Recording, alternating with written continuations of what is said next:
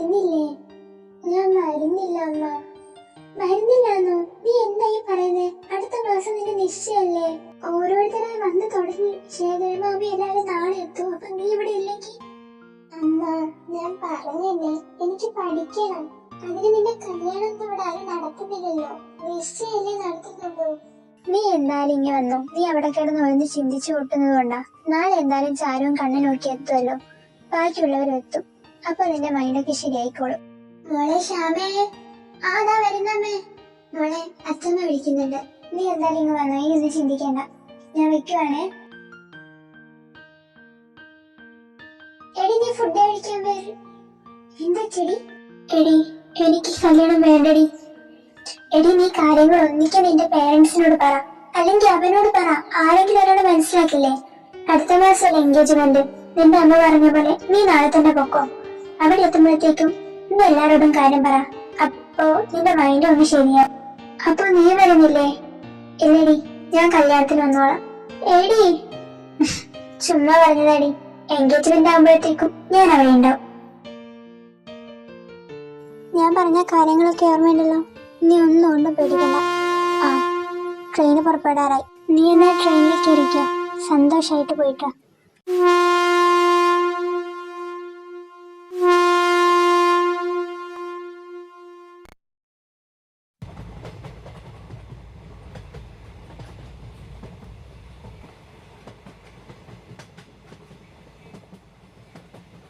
ഇന്ന് ഞാൻ നാട്ടിലേക്ക് തിരിച്ചു പോവാണ്. എൻ്റെ വിവാഹ നിശ്ചയത്തിന് വേണ്ടി. ഒരിക്കലും താല്പര്യമില്ലാത്ത ഒരു വിവാഹത്തിന് വേണ്ടി. ഒരുപക്ഷെ എല്ലാവരോടും തുറന്നു പറയാനുള്ള ഭയം കൊണ്ടാവാം എല്ലാം മനസ്സിലൊതുക്കി ഇതിന് സമ്മതം മൂളിയത്. എല്ലാം അറിയിക്കണമെന്നുണ്ട്, പക്ഷേ ഈ ഭയം അതിനെന്നെ സമ്മതിക്കുന്നില്ല.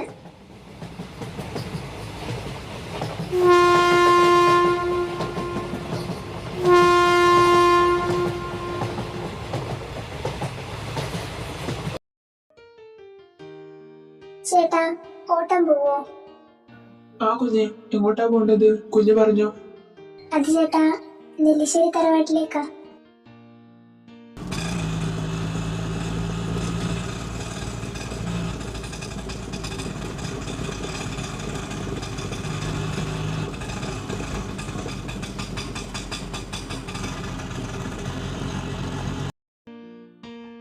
എത്രയാ ചേട്ടാ? 200. ആ, മോളെ നീ എത്തിയോ?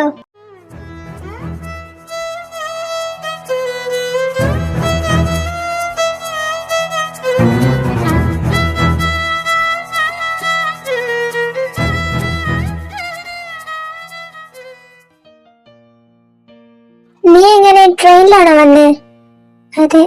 നിനക്കൊന്ന് വിളിച്ചു പറഞ്ഞിട്ടുണ്ടായിരുന്നോ കൊച്ചെ? ഇവിടുന്ന് വണ്ടി അയക്കുമായിരുന്നല്ലോ. എനിക്ക് നല്ല ക്ഷീണമുണ്ട്. എനിക്ക് ഒട്ടും വയ്യ.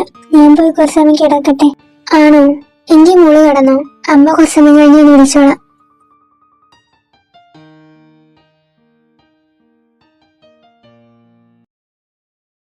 ശ്യാമേച്ചി, ആ ഗായത്രി, നിങ്ങളെന്താ ഇത്ര വൈകിയത്? ഒന്നും പറയണ്ട ശ്യാമേച്ചി, ഇവിടുത്തെ ബ്ലോക്ക് തന്നെ. ആ, അതും ശരിയാ. വൈകിട്ടായി കഴിഞ്ഞാ ഇവിടെ നല്ല തിരക്കാ. അല്ല, ശേഖരനും ചെക്കനും എവിടെ? ഞാനിവിടെ തന്നെയുണ്ട്. നിങ്ങൾ രണ്ടാലും കണ്ടുമുട്ടിയാ പിന്നെ മറ്റുള്ളവരൊന്നും ശ്രദ്ധയിൽ പെടില്ലല്ലോ. പോടാ അവിടുന്ന്. ചെക്കൻ രാത്രി ചേച്ചി. ഓന്റെ കൂട്ടുകാരന്റെ വീട് ഇവിടെ ഉണ്ട്. അവിടെ പോയിട്ടേ വരുള്ളൂ. ആണോ? എനിക്ക് വാ, നിങ്ങൾ അകത്തോട്ട് കയറി. അല്ല, മീരമോള് വന്നില്ലേ? വന്നിട്ട് കണ്ടില്ലല്ലോ. അല്ല, അവള് വന്ന് ഇന്ന് നിങ്ങൾ വരുന്നതിന്റെ കുറച്ച് സമയം മുമ്പ് വന്നിട്ട് അവർക്ക് യാത്ര ചെയ്തതിന്റെ ക്ഷീണം ഉണ്ടെന്ന് പറഞ്ഞിട്ട് കിടന്നു.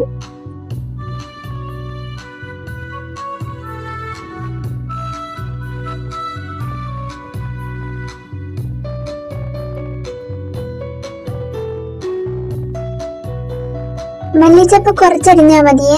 നീ കറി നോക്കൂ. ഞാനൊന്ന് അവളെ നോക്കിട്ട് വരട്ടെ. ആ ചേച്ചി പോയിട്ടാ, ഞാൻ നോക്കിക്കോളാം.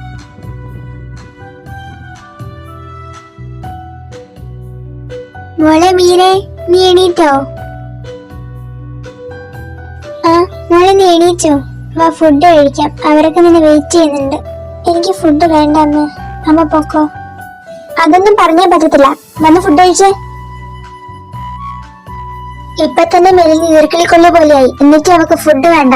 മര്യാദയ്ക്ക് ഒന്ന് ഫുഡ് കഴിച്ചോ.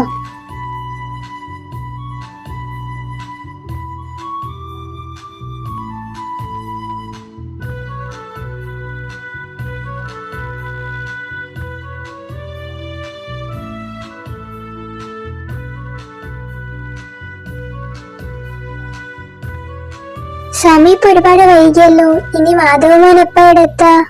അവൻ എത്തിക്കോളും ചേച്ചി, അവൻ ലേറ്റ് ആവുന്ന പറഞ്ഞിരുന്നു.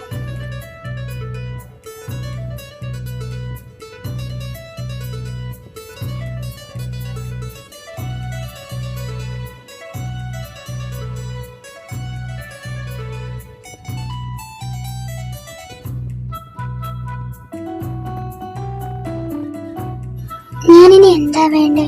എല്ലാം വീട്ടുകാരോട് തുറന്നു പറയണമെന്നുണ്ട്. പക്ഷേ ഭയം, ഈ ഭയമാണ് എന്നെ എല്ലാത്തിൽ നിന്നും പിന്തിരിപ്പിക്കുന്നത്. മുകിലുകൾ മേയും മാമഴക്കുന്നിൽ തളിരണിയും മയിൽപ്പീലിക്കാവിൽ.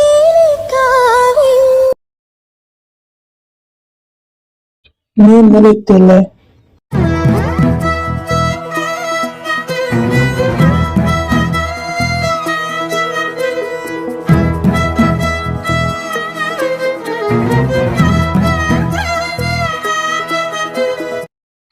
ഇന്നലെ എത്തിയ കണ്ടിരുന്നപ്പോഴെത്തിയേ?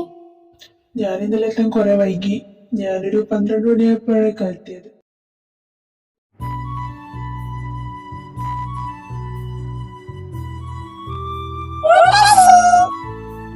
ആഹാ, കുട്ടിപ്പട്ടാളങ്ങളൊക്കെ എത്തിയല്ലോ. മുതിർന്നവരൊക്കെ ഇവിടെ?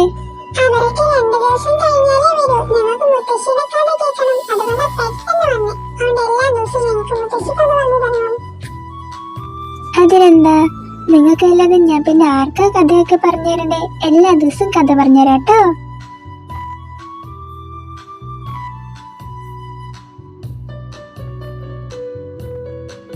ഞാൻ പോയി മീരേനെ വിളിച്ചിട്ട് വരാം. മീരയെ, നീ ഇവിടെ ഉണ്ടായിരുന്നോ? എന്താ അമ്മ? വേറൊന്നുമല്ല, നിന്റെ കുട്ടിപ്പട്ടാളങ്ങളൊക്കെ മുന്നിൽ വന്നിട്ടുണ്ട്. ആണോ? ഒന്ന് മാറിക്കാ, ഞാൻ അങ്ങോട്ട് പോട്ടെ. ഈ പെണ്ണിന്റെ ഒരു കാര്യം. മോൻ രാവിലെ ഫുഡ് കഴിച്ചില്ലല്ലോ. വാ, ഞാൻ എടുത്തുതരാം.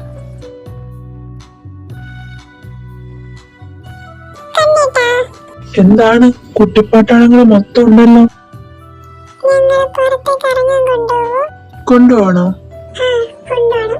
പെട്ടെന്ന് റെഡി ആയിട്ട് വന്നാൽ ഞാൻ കൊണ്ടുപോകും, ഇല്ലേ കൊണ്ടുപോവില്ല.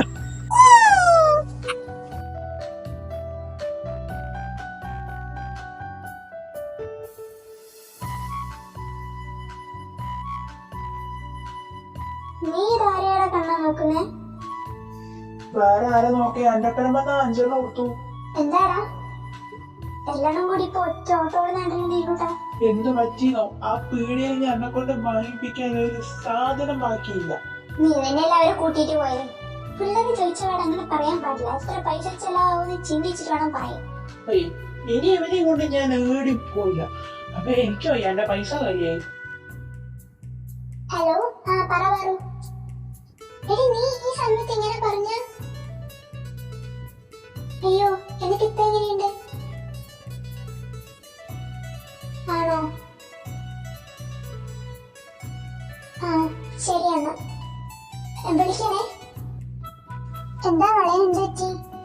അതമ്മ, പാറുവിന്റെ അമ്മയ്ക്ക് തീരെ വയ്യാന്ന്. അപ്പൊ അവള് നാട്ടിലേക്ക് തിരിച്ചു പോവാ. അവളെ എൻഗേജ്മെന്റിന് ഉണ്ടാവില്ല എന്ന് പറഞ്ഞു. അയ്യോ, ആണോ? എന്നിട്ട് ഇപ്പൊ എങ്ങനെയുണ്ട് അമ്മയ്ക്ക്? കുഴപ്പമില്ല എന്നാ പറഞ്ഞേ.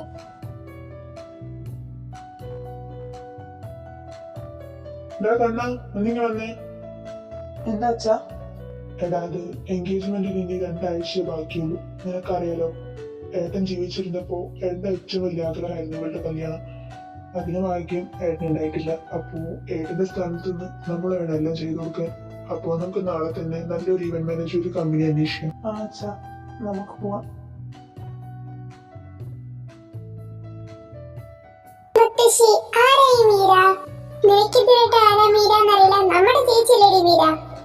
ആ മീരയല്ല പൊട്ടത്തി, കൃഷ്ണനെ സ്നേഹിച്ച മീരനെ പറ്റിയാ ഞാൻ ചോദിച്ചേ.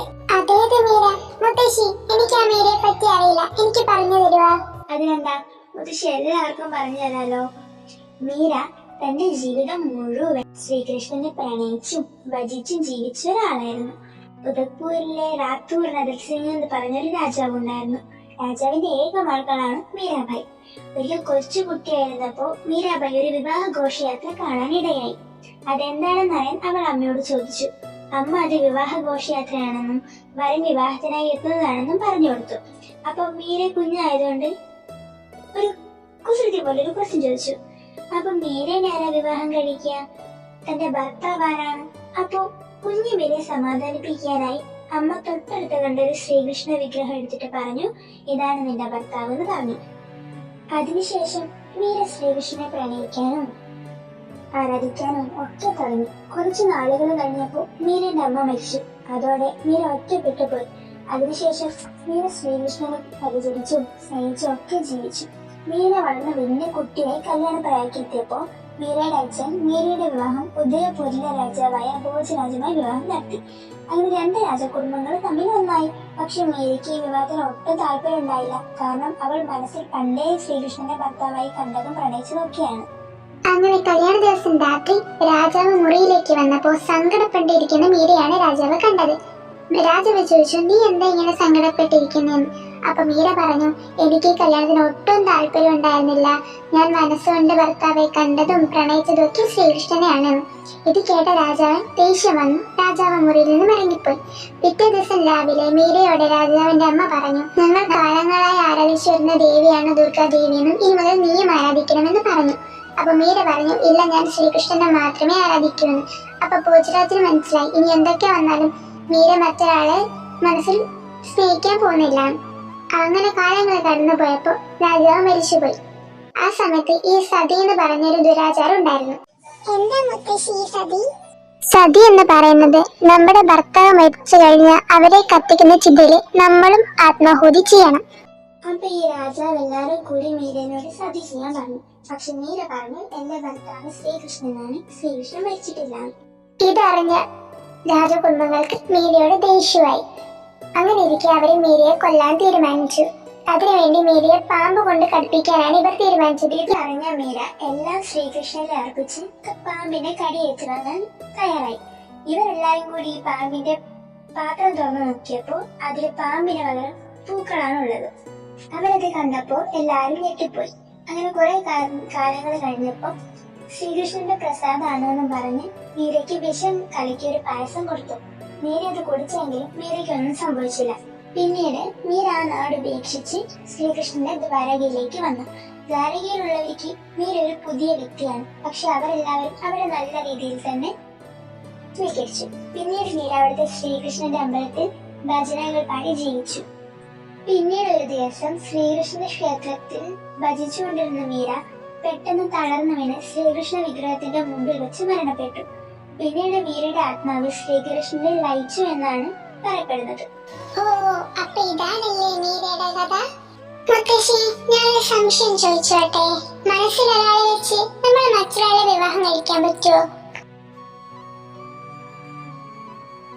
പലർക്കും പല അഭിപ്രായമായിരിക്കും മോളെ. മുത്തശ്ശിയുടെ അഭിപ്രായത്തിൽ അതൊരിക്കലും നല്ലതായിരിക്കില്ല. കാരണം അതൊരു ദാമ്പത്യ ജീവിതത്തെ തകർക്കാൻ വരെ ശേഷിയുള്ളതായിരിക്കും. നമ്മൾ മനസ്സിലൊരാളെ വെച്ച് മറ്റൊരാളെ ഒരു കാരണവശാലും വിവാഹം കഴിക്കാൻ പാടില്ല. മനസ്സിലൊരാളെ വെച്ച് വീട്ടുകാർക്ക് വേണ്ടി മറ്റൊരാളെ വിവാഹം കഴിക്കാൻ സമ്മതം മൂളിയ, അതും ഇത്രയും കാലം വളർത്തി വലുതാക്കിയ വീട്ടുകാരെ എങ്ങനെയാ വിഷമിപ്പിക്കാന്ന് ചിന്തിച്ച് എല്ലാ സത്യങ്ങളും തുറന്നു പറയാൻ ഭയമാണെങ്കിൽ? അങ്ങനെ ഒരു ഭയം ഉണ്ടെങ്കിൽ ആ ഭയം മാറ്റിവെച്ച് തുറന്നു പറയണം. പക്ഷേ തുറന്നു പറയുമ്പോൾ എതിർഭാഗത്ത് നിൽക്കുന്ന ആളും നിന്നെ ഇഷ്ടമാണെന്ന് ഉറപ്പാക്കിയിട്ട് മാത്രമേ സത്യങ്ങൾ തുറന്നു പറയാൻ പാടുള്ളൂ. അങ്ങനെയാണെങ്കിലും ഇത്രയും നാള് വളർത്തി വലുതാക്കിയ കുടുംബക്കാരെ തള്ളിപ്പറയാൻ പറ്റില്ലല്ലോ മുത്തശ്ശി. പക്ഷേ വീട്ടുകാരുടെ തുറന്നു പറയാനുള്ള ധൈര്യം ഇല്ലെങ്കിൽ ആ ധൈര്യം ഉണ്ടാക്കി എടുക്കണം. ധൈര്യം ഇല്ലെങ്കിൽ പിന്നെ ജീവിതത്തിൽ ജീവിക്കാൻ പറ്റില്ല. തൽക്കാലം ഇനി ഇത്രയും മതി. എല്ലാരും പോയി കിടന്നോ, സമയം ഒരുപാട് വൈകി.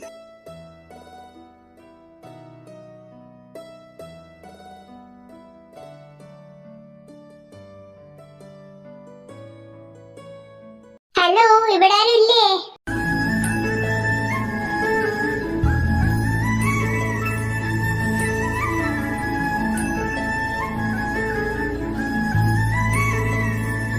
ഷാമേച്ചി, ഇതാരൊക്കെ വന്നു നോക്കിയേ?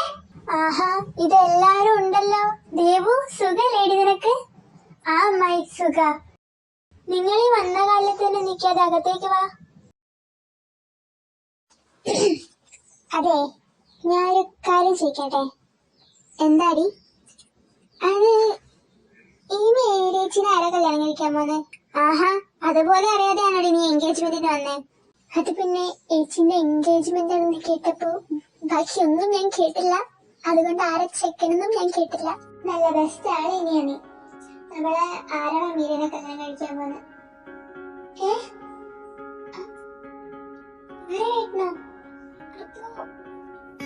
അല്ലേ? അല്ല, എന്തേ? ഞാൻ കരുതി കണ്ണേട്ടനാണെന്ന്. ഓ, ഈ അസുഖം നിനക്ക് പണ്ടേ ഉള്ളതാണല്ലോ, തെറ്റിദ്ധരിക്കല്. അങ്ങനെ വരാൻ വഴിയില്ലല്ലോ. അപ്പൊ കണ്ണേട്ടനൊന്നും തുറന്നു പറഞ്ഞില്ലേ? നീ എപ്പോഴെത്തിയേ? ഞാൻ രാവിലെ എത്തി. ഏട്ടൻ എവിടെ പോയതായിരുന്നു? അത് എൻഗേജ്മെന്റിന്റെ ഓരോ കാര്യങ്ങളായിട്ട്. നീ വന്നിട്ട് മീരെ കണ്ടോ? കണ്ടോ? ചേച്ചി പിള്ളേരുടെ കൂടെ എങ്ങോട്ടാ പോയിട്ടാണത്. ഏട്ടൻ ഇപ്പൊ എങ്ങോട്ടേക്കും പോവാണോ? അത് ഓടിച്ചൊരുമിക്ക് വേണ്ടി പോവാ. ഞാൻ വന്നോട്ടെ? നീ വന്നോ.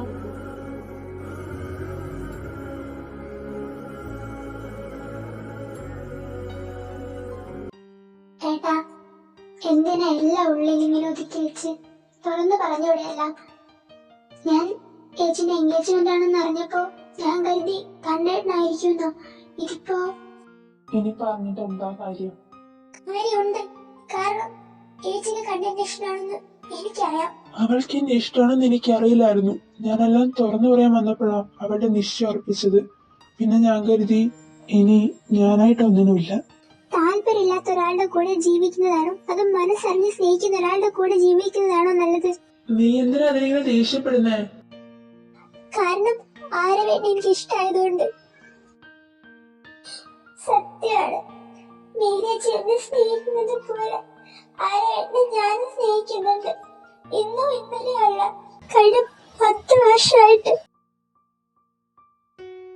എനിക്ക് ഈ കാര്യത്തിൽ വലിയ എതിർപ്പൊന്നുമില്ല. കാരണം നമ്മളിത് പണ്ടേ പറഞ്ഞു വെച്ചൊരു കാര്യം തന്നെയാണല്ലോ. പിന്നെ അവരോട് ഇപ്പൊ പറയുന്നു മാത്രമല്ലേ ഉള്ളൂ. അതെ, എന്തായാലും ഇവരുടെ എൻഗേജ്മെന്റ് കൂടി നടക്കുമ്പോ ദേവുവിന്റെ കണ്ണിന്റെ കൂടി അങ്ങ് നടത്താം. അല്ലാതെ പിള്ളേരുടെ സമ്മതമില്ലാതെ എങ്ങനെ? അതിന് നമുക്ക് അറിയാവുന്നതല്ലേ അവരെ പറ്റി. അവരെന്തായാലും ഇതിന് സമ്മതേ പറയത്തുള്ളൂ. ഇനി മീരുടെ കാര്യം നമ്മൾ ഇതുപോലെ തന്നെ തീരുമാനിച്ചത്. ഇനിയിപ്പോ എന്തായാലും എൻഗേജ്മെന്റിന് ഒരാഴ്ച ബാക്കിയുള്ളൂ. പിള്ളേര് ഇനി സമ്മതമല്ലെന്ന് പറയത്തില്ല. പിന്നെന്താ? എന്നാ പിന്നെ ഉറപ്പിക്കല്ലേ? അതിനു മുമ്പ് ആ തിരുമേനി ഒന്നും കൂടി പോയി ചെന്ന് കാണണം. എൻഗേജ്മെന്റിന്റെ ദിവസം തന്നെ കല്യാണ ദിവസം എന്നൊന്നും അറിയിക്കാം. അത് നല്ലൊരു കാര്യമാണ്. ഈ 14 ഇനി ആൾക്കാരെ വിളിക്കാൻ നിൽക്കണ്ടല്ലോ.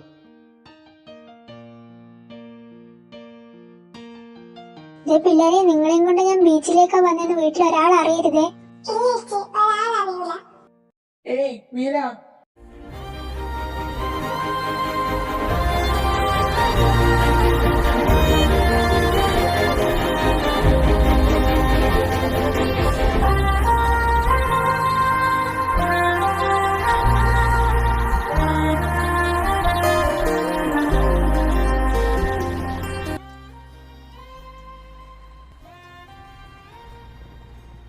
താനെന്താ ഇവിടെ?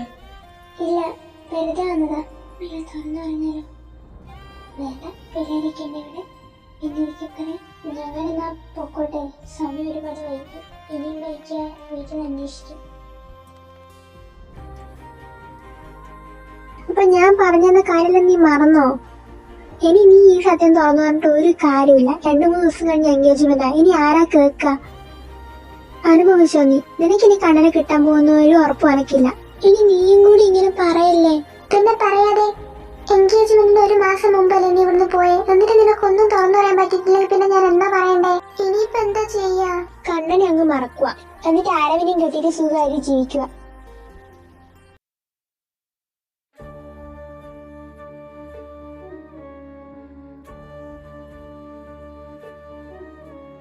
ഞാൻ തന്നെയല്ലേ ഈ 2 ജാതകളുടെയും വിവാഹ നിശ്ചയത്തിന് തീയതി കുറിച്ച് വന്നത്?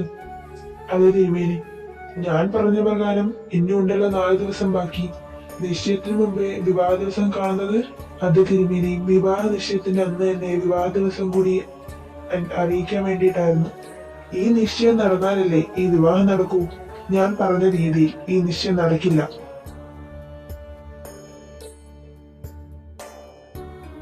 അതെ, ഈ നിശ്ചയത്തിന് മുമ്പ് തന്നെ ഈ 4 ജാതകങ്ങളിൽ 2 പേരുടെ വിവാഹം നടന്നിരിക്കും. അത് സംഭവിക്കുന്നത് നിങ്ങൾ ഒരിക്കലും പ്രതീക്ഷിക്കാത്തൊരു സമയത്തായിരിക്കും. ചിലപ്പോൾ നിങ്ങൾ തന്നെ പറഞ്ഞു എന്ന് വരില്ല. പക്ഷേ ഈ വിവാഹത്തിൽ നാം ഒരു ദുസൂചന കാണുന്നുണ്ട്. പക്ഷെ അത് വ്യക്തമല്ല. നിങ്ങൾ അവരുടെ സമ്മതപ്രകാരമല്ലേ ഈ വിവാഹം നടത്തുന്നത്? അത് തിരുമേനി, ഈ തീരുമാനം തന്നെയാണ് ആ അപകടത്തെ നിങ്ങളുടെ കൺമുമ്പിലേക്ക് എത്തിക്കാൻ പോകുന്നത്. എന്തായാലും എത്രയും പെട്ടെന്ന് നിങ്ങൾ ഉദ്ദേശിച്ച കാര്യം നടത്തിയെടുക്കാൻ നോക്കാം. ഇല്ലെങ്കിൽ ഒരാളുടെ ജീവൻ തന്നെ ആപത്തിലായിരിക്കും. ഈ 4 പേരിൽ ആർക്കും എന്തും സംഭവിക്കാം, അത് ഉറപ്പാ. ഭയപ്പെടേണ്ട. എന്തായാലും ഞാൻ നിങ്ങൾക്കൊരു തീയതി കുറിച്ച് തരാം. ഈ വിവാഹം നടന്നാലും നടന്നില്ലെങ്കിലും ഞാൻ കുറിച്ചു വരുന്ന ദിവസം ഈ 2 വിവാഹങ്ങളും നടന്നിരിക്കണം. ശരി തിരുമേനി.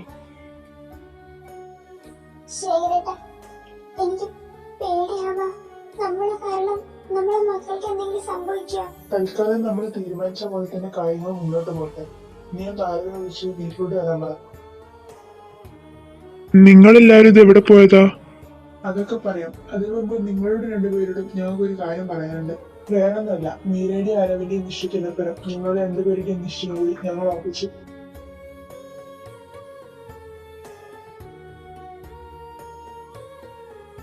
അമ്മേ, ഇനി നീ എന്തൊക്കെ പറഞ്ഞാലും ഈ തീരുമാനത്തിന് ഞങ്ങൾക്ക് ഒരു മാറ്റമില്ല. കണ്ണാ, നീ ഇത് എങ്ങോട്ടാ? എന്റെ സഹോദരൻ, നിങ്ങൾ ആരോട് ചോദിച്ചിട്ട് എന്റെ കല്യാണം ഉറപ്പിച്ച്? ദേവു, നീ ഇവിടെ കാണുന്ന കാലിന്റെ ദേഷ്യം ഒരു കായില്ല. ഞങ്ങൾ നിന്റെ പേരൻസാ, അതിനുള്ള അധികാരം ഞങ്ങൾക്കുണ്ട്. എന്തിനാ എന്നോട് വരാൻ പറഞ്ഞേ? ആ, അരവനെ എത്തിയോ? വന്നിടിക്ക്. ഇതെന്താ ഇവിടെ ആരുമില്ലേ? ഒച്ചയനക്കൊന്നും ഇല്ലല്ലോ. ഉണ്ട്. കണ്ണം പുറത്തുപോയിക്കോ. നീതിയും ദൈവവും അവരുടെ റൂമിലുണ്ട്. എന്തിനാ എന്നെ വരാൻ പറഞ്ഞേ? അത് ഞാൻ പറയാം.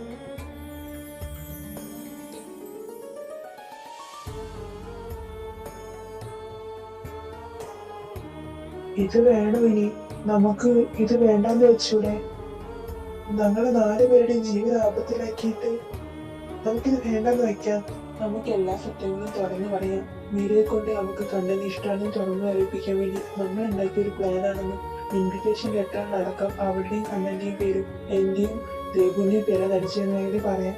അവരുടെ 3 പേരുടെ സത്യങ്ങൾ തുറന്നു പറയാം. ഇനി ഇങ്ങനെ പോയാ വേണ്ട, നാളെ വൈകുന്നേരം വരെ നോക്കാം. എന്നിട്ട് നമുക്ക് എന്താ ചെയ്യാം. എല്ലാത്തിനും കാരണം ഞാൻ തന്നെ. ആദ്യമേ ഞാൻ എല്ലാം കണ്ണനോട് തുറന്നു പറയണമായിരുന്നു. വീട്ടുകാരോട് എങ്കിലും തുറന്നു പറയണമായിരുന്നു. പേടിയാണെന്ന് പറഞ്ഞ് മാറുന്നതുകൊണ്ടാ ഇന്ന് ഞാൻ ഇത് കേൾക്കേണ്ടി വന്നത്. ഇനി എന്ത് വേണമെന്ന് എനിക്കറിയാം.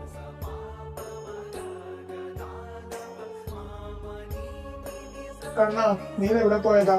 നിങ്ങൾ മീരയെ കണ്ടായിരുന്നോ? ഇല്ല, ഞങ്ങളാരും കണ്ടില്ല. അവൾ ഇങ്ങോട്ട് വന്നില്ലല്ലോ. അവൾ ഇവിടെ തന്നെ ഉണ്ടാവും. എവിടെ പോവാനാ? നിങ്ങൾ ശരിക്കും ഒന്ന് നോക്കി നോക്ക്. ഞങ്ങൾ എല്ലായിടത്തും നോക്കി. ഈ വീട്ടിലേക്ക് പോകാൻ സ്ഥലം നോക്കിയില്ല. ഞങ്ങൾ താഴത്തെ വീട്ടിൽ വന്ന് നോക്കി. അവിടെ നമ്മൾ പോയിട്ടില്ല.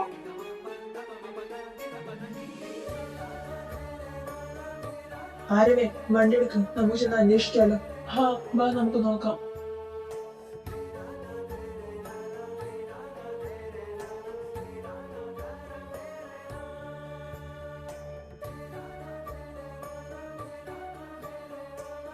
കണ്ണാ, ദാ മീര. എവിടെ? നീ വണ്ടി നിർത്ത്, സൈഡോട്ടാക്ക്.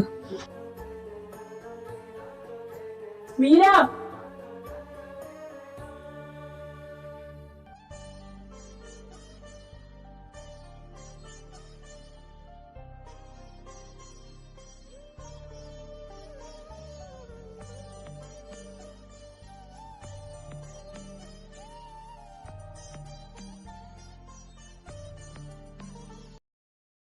പേഷ്യന്റ് നില കുറച്ച് ക്രിട്ടിക്കലാണ്. എത്രയും പെട്ടെന്ന് ഒരു ഓപ്പറേഷൻ വേണം. ഇല്ലെങ്കിൽ ആളെ രക്ഷിക്കാൻ പറ്റിയെന്ന് വരില്ല.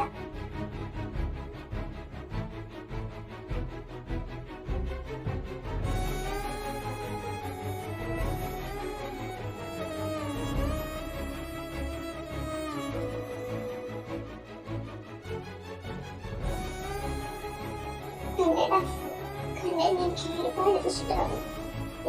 ജീവിതത്തിൽ ഞാൻ കണ്ണനെ സ്നേഹിക്കുന്നു.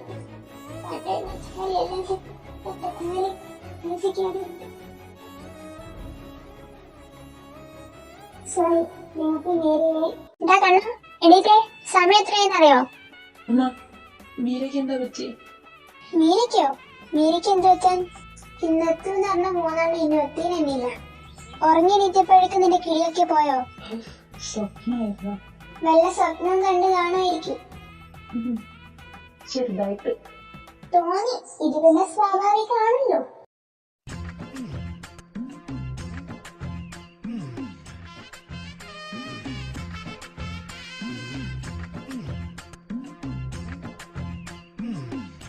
ഹലോ ഗൈസ്, ഞങ്ങൾ വന്നു ഗൈസ്.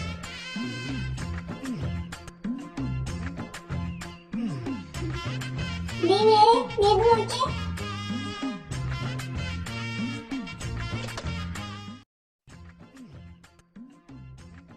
ഈ മൂന്നെണ്ണത്തിനാണല്ലോ ഈശ്വര 2 ആഴ്ച കഴിഞ്ഞ് ഞങ്ങൾ കെട്ടിച്ചു വിടേണ്ടത്.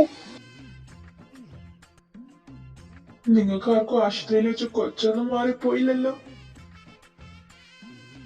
എനിക്കും അതാ തോന്നുന്നളിയാ. ഇതിനുള്ള കടിഞ്ഞർക്ക് നേഴ്സറി കൊണ്ടാക്കാനാ തോന്നുന്നത്, അല്ലാതെ കല്യാണം കഴിപ്പിച്ചയക്കാനല്ല. കണ്ട രണ്ടെണ്ണത്തിൽ ഒരിക്കലെങ്കിലും മര്യാദക്ക് ഉണ്ടല്ലോ. എടാ കണ്ണാ, നമുക്കൊരു റീൽ എടുക്കാലോ, വാ.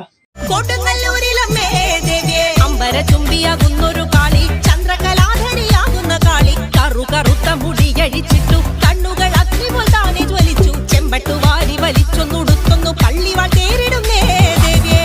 വാവ്, അതിന്റെ കാര്യത്തിലും അങ്ങനെ തീരുമാനമായിരിക്കണം.